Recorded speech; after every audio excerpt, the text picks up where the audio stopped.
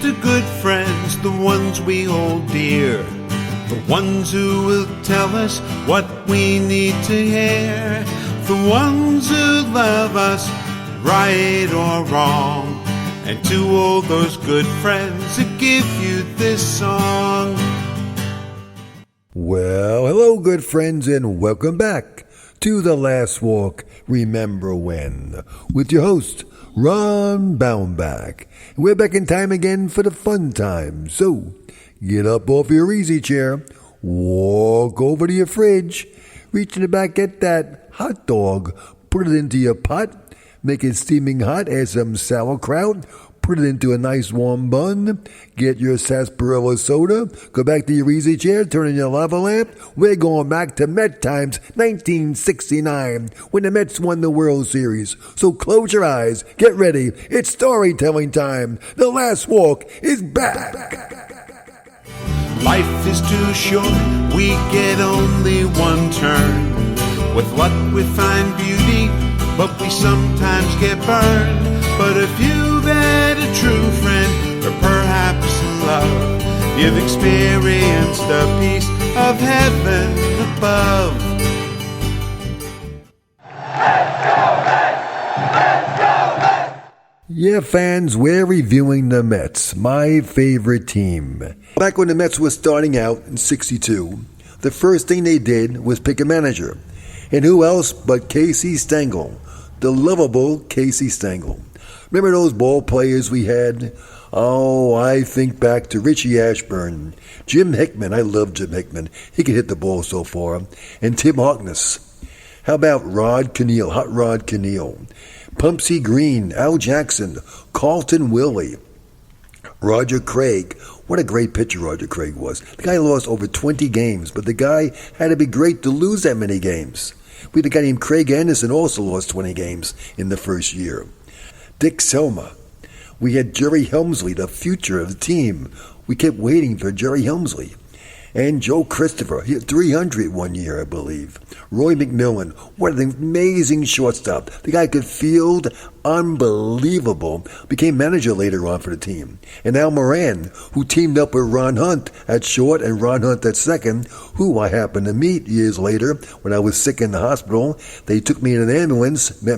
I met Ron Hunt at the Wilson Park pool when he was out hurt due to that being that cheap shot from the St. Louis Cardinal player when he hurt his leg and broke his ankle or something like that. But Ron Hunt was a really good ball player. Our first All-Star. First starting All-Star in the All-Star team, 1964. And also Elia Chacon. How about Marvelous Marv Thornberry, Felix Mantilla, Tommy Davis, George Foster, Dennis Rybat, and Frank Thomas. Yeah, Frank Thomas, not the big hurt, but our own Frank Thomas from 1962. We got him from the Pittsburgh Pirates. And for years, over a decade, he had the all-time Mets single-season home run record of 34, until broken by Dave Kingman, who hit 36 dingers in 1975. But we're talking about the old Mets, the 62 to 69 Mets. And along came a guy named Ed Kranepool. Ed Kranepool became a symbol for many Met fans. As a young 17-year-old, his dad passed away in the war. Ed never met his dad. His father went off to war, never again came back home. Sadly, was killed in action. Ed went to James Monroe High School in the Bronx, where he broke Hank Greenberg's home run records.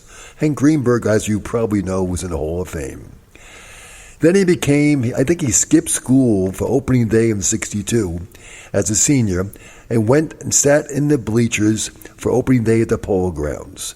Lo and behold, the Mets signed him, sent him to Buffalo for their AAA team, and they bring him back for the end of the season, and the same kid, Ed Kranepool, on September 22nd, 1962, at the age of 17, makes his major league debut. The same field where he sat in the stands on opening day to watch the same players play. Now he's one of them. Let's go Mets!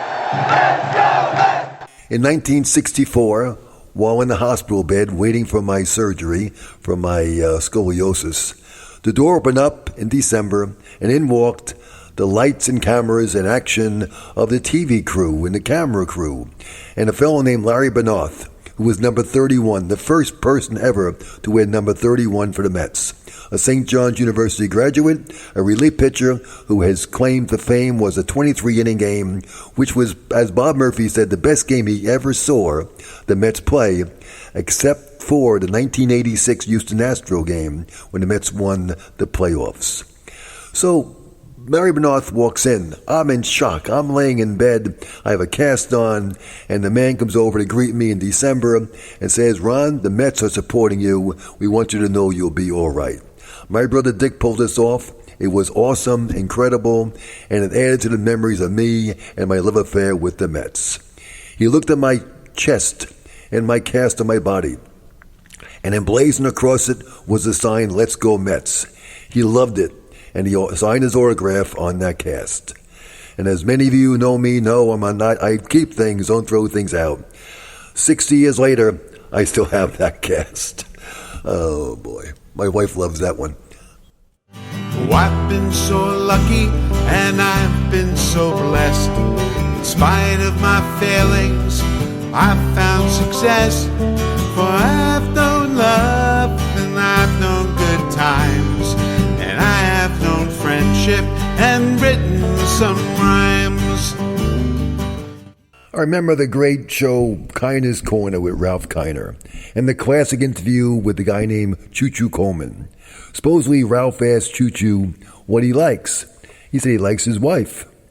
And he asked him what she likes, and he said, "She likes me too." That was a classic interview. We had some great catches back then. We had Chris Cannizzaro and Jesse Gonder and a guy named Hawk Taylor. In 1963, the Mets decided to trade Gil Hodges, the aging Gil Hodges, who got the first home run ever as a Met, to the Washington Senators to become their manager. In exchange, they received Jimmy Pearsall. When Jimmy came, he was kind of a bit of a character, the star of the movie Fear Strikes Out, which you may recall back in the day. Well, one game, I think against the Giants, Jimmy got his 100th home run. He ran around the bases backwards, which did not really please his manager, Casey Stengel. Kind of ironic was Casey was a bit of a character as well, especially when he was a ball player, once having a bird fly out of his hat. It was an interesting time to be a Met fan, 1963. Along came 1964, the World's Fair in New York, 64 and 65, and the opening of Shea Stadium. They lost their first game to the Pirates. First game ever played at Shea. Willie Stargell got a home run, and my brother Jerry was there, and he witnessed the home run and witnessed the first game ever played in Shea Stadium. Jerry also saw Roger Maris's number 61 home run hit off Tracy Stallard, whom the Mets once got a year later in 63, 2 years later, the Mets got him on their team.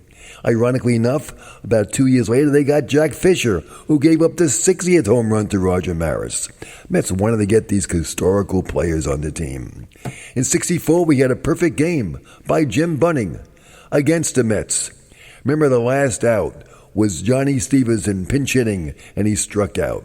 It was on Father's Day, 1964. There was also the year of the 23-inning game, the classic game against the Giants, which was finally won when Jim Davenport of the Giants got a single off Galen Cisco. In that game, we had a triple play, started by Roy McMillan, and I also recall Willie Mays, the great Willie Mays, played shortstop that game for a bit. And my hero, Larry Benoth, pitched wonderfully during that game. Larry Benoth also set a record that year, I believe. 10 scoreless innings in relief he pitched, which I think still stands to this day as the all-time Met record for a relief pitcher. My buddy, my hero, Larry Benoth. Let's go Mets! Let's go Mets! That was 1965. The team's getting better, we think. Unfortunately, Casey Stengel fell and fractured his hip. The manager of the Mets could no longer manage. So they replaced him with Wes Westrum, one of their coaches.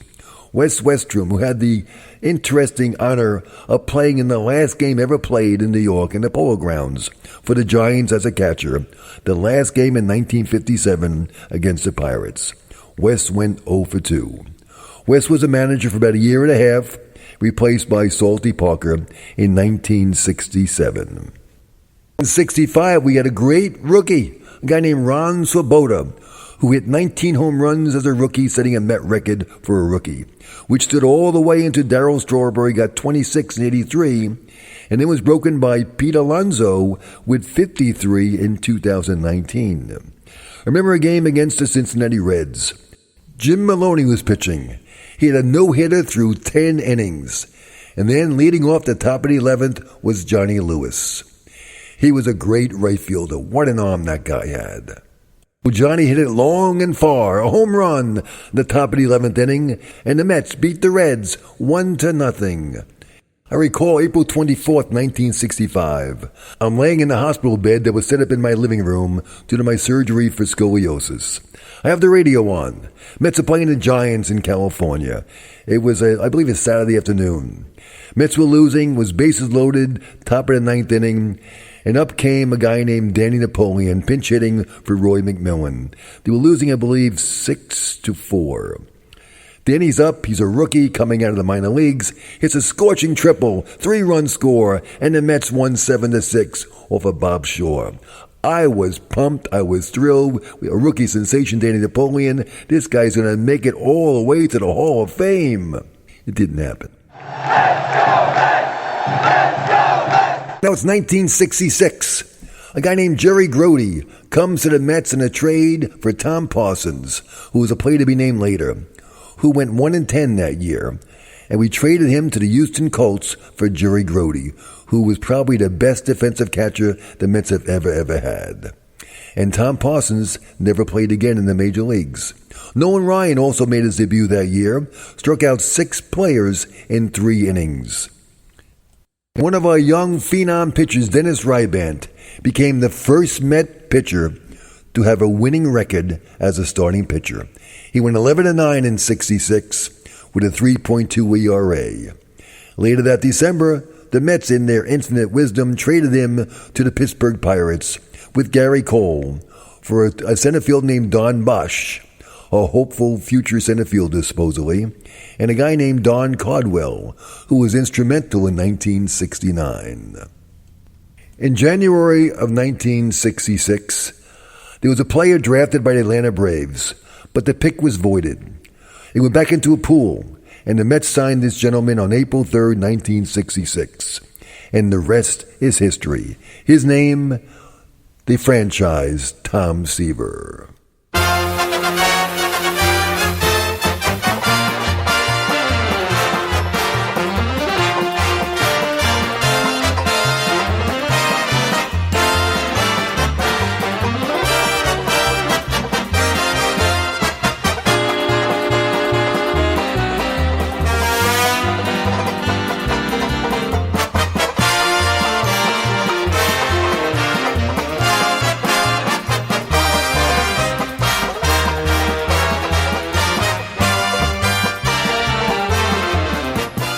And now it's 1967, a very interesting year of trades that helped the Mets in the future. In February, the Mets purchased Ron Taylor, a pitcher, relief pitcher, who became a doctor later on in life, from the Astros, who were originally the Houston Colt 45s. In May, the Mets traded Larry Elliott to the A's for Ed Charles, the glider, our third baseman. Ralph Terry got signed in April and released in May, the former great pitcher for the Yankees. And in June, the Mets picked John Matlack, Gary Gentry, Rod Gasper in the free agent draft. In July, the Mets traded Chuck Hiller. Remember Chuck Hiller? What a great hitter he was. Wasn't that great a fielder, but a really good hitter and a great pinch hitter. Traded him to the Phillies for Phil Linz, reuniting him with his old manager, Yogi Berra. Remember the harmonica story with Yogi Berra and Phil Linz when Yogi was the Yankee manager? And the Mets also traded Ken Boyer, a third baseman, and Sandy Alomar for J.C. Martin and Billy Southworth. J.C. Martin played a really important role years later. Late that year, we traded Tommy Davis, who we got back for Ron Hunt and Jim Hickman, and Jack Fisher, Billy Wynn, for Tommy Agee and Al Weiss to the Chicago White Sox. 2 key players.